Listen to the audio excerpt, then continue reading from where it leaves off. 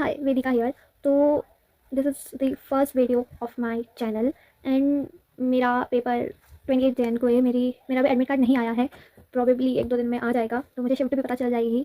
और मुझे अभी भी नहीं पता कि मेरी प्रिपरेशन हुई भी है या नहीं हुई है, क्योंकि मॉक देने के लिए तो मेरे पास ₹2 का भी मेरे में बिल्कुल भी मोटिवेशन नहीं है। मतलब मॉक देने की तो मेरे में हिम्मत ही नहीं है। मेरी कोचिंग की टेस्ट सीरीज़ चल रही है, उसके मॉक ही नहीं दे रही हूँ मैं। मतलब मैंने उसका सिर्फ 1 मॉक दिया होगा, उसके बाद से मैं कोचिंग ही नहीं गई, पता नहीं क्यों।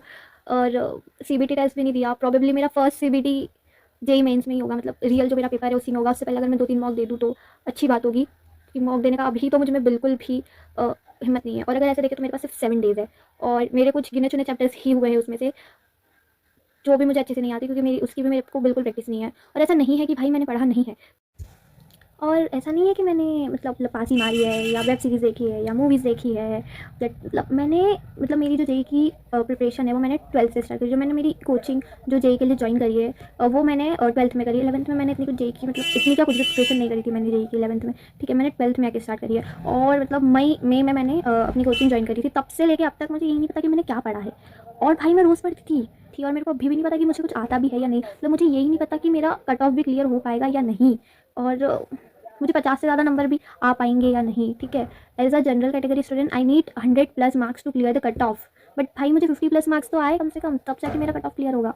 और भाई मैं एक टेस्ट के लिए प्रिपेयर करती थी तो दूसरा आ जाता था, और उस दूसरे के लिए मुझे कुछ आता नहीं था पढ़ना। मतलब हर चीज़ के लिए देखो, 12th में पढ़ने के लिए पहले तुम्हें 11th के बेसिक्स क्लियर करने होते हैं, बट मेरे 11th में मुझे कुछ नहीं आता था, जेई के रिलेटेड तो कुछ भी नहीं आता था। तो भाई बिना 11th के तो 12th हो ही नहीं सकती। तो इस वजह से भी मतलब मैंने स्टार्टिंग में सोचा कि मैं पहले 11th का करती हूँ, तो मैं उस चक्कर में फंसी। तो मेरे 3-4 टेस्ट ऐसे खराब हुए उसमें। फिर उसके बाद में मैंने सोचा 11th छोड़ो, 12th पर ही वो फोकस करते हैं। तो मैं 12th का करने गई, तो मतलब पूरा सब बहुत ही गंदा वो मिक्सड अप हो गया, और बस मैं पढ़ ही जा रही थी। मेरे पास कुछ स्ट्रेटेजी नहीं थी, कुछ भी नहीं था। बस मैं सोच रही थी कि ये टेस्ट आ रहा है, इसके लिए प्रिपेयर कर लेती हूँ, पर उसमें नंबर नहीं आ पाते थे। फिर मैं दूसरा टेस्ट आता था तो मैं सोचती थी अब चलो ठीक है, इसमें नंबर लाने की कोशिश करेंगे, इसके लिए प्रिपेयर करेंगे, उसमें भी नंबर नहीं आ पाते थे। और वो चैप्टर ना, जैसे कि टेस्ट आ जाते थे ना, तो मैं ना चैप्टर हमारे यूटी टेस्ट मतलब हर 10 डेज में आ जाते थे, तो मतलब इतना टाइम ही नहीं मिल पाता था किसी चैप्टर को प्रिपेयर करने के लिए। तो मैं हम आधा अधूरा ही कुछ भी प्रिपेयर करके चले जाते थे। तो उस वजह से मुझे चैप्टर्स भी नहीं पता है कि किसमें क्या होता है, या बस मुझे फॉर्मूले भी 2-4 ही फॉर्मूले रटे हुए, उसके अलावा मुझे कुछ नहीं पता।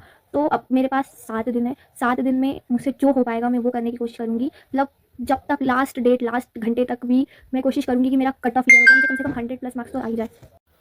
अभी तो मैं देखो आइसोमेरिज्म मेरा थोड़ा सा बचा है तो वो करूँगी, और स्ट्रेट लाइन मेरा थोड़ा सा बचा है तो वो करूँगी, क्योंकि आज का दिन तो मतलब निकल ही गया है। 7 बज गई है आज की, तो मतलब रात ही हो गई है। तो मतलब इतना कर मैं सो जाऊँगी, और कल के दिन 20 तारीख से मेरा डे 1 स्टार्ट होगा, और कल मैं करूँगी जीओसी में मुझे कुछ भी नहीं आता। मतलब ऑर्गेनिक तो मैंने पढ़ी ही नहीं है, मुझे इंटरेस्ट ही नहीं आया ऑर्गेनिक पढ़ने में कभी।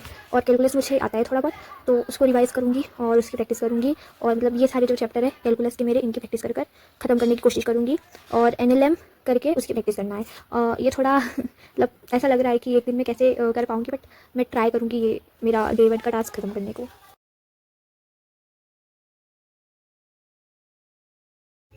तो मुझे नीचे ठंड बहुत ज़्यादा लग रही थी, तो मैं इसलिए अभी छत पर पढ़ने आई हूँ। और मेरा आइसोमेरिज्म और स्ट्रेट लाइन कल रात में हो गया था। मैं रिकॉर्ड करना भूल क्या गई थी, मतलब रात के 2 बज गए थे मुझे वो ख़त्म करते करते।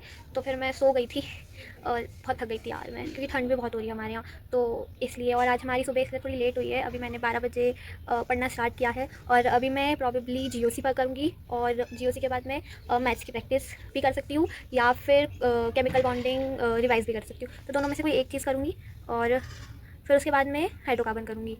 मुझे लगता नहीं हाइड्रोकार्बन हो पाएगा आज, बट मैं कोशिश करूँगी।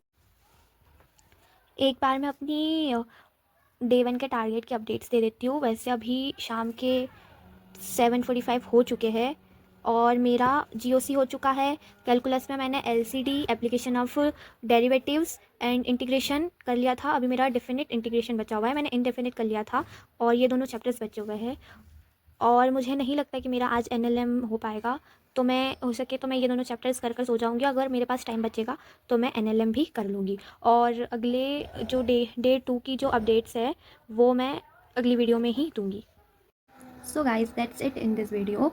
मुझे पता है कि ये वीडियो ज़्यादा लोगों तक नहीं पहुंच पाएगी, बट अगर ये वीडियो आप तक पहुंची है तो प्लीज़ लाइक और सब्सक्राइब करना मत भूलना, और अपना एक प्यारा सा कमेंट छोड़ना मत भूलना। जिस तक भी ये वीडियो पहुंचे भर भर के प्यार देना और शेयर करना प्लीज़। अपनी बहन समझकर, अपनी फ्रेंड समझकर सपोर्ट करना, और मिलते हैं अगले वीडियो में। तब तक के लिए बाय।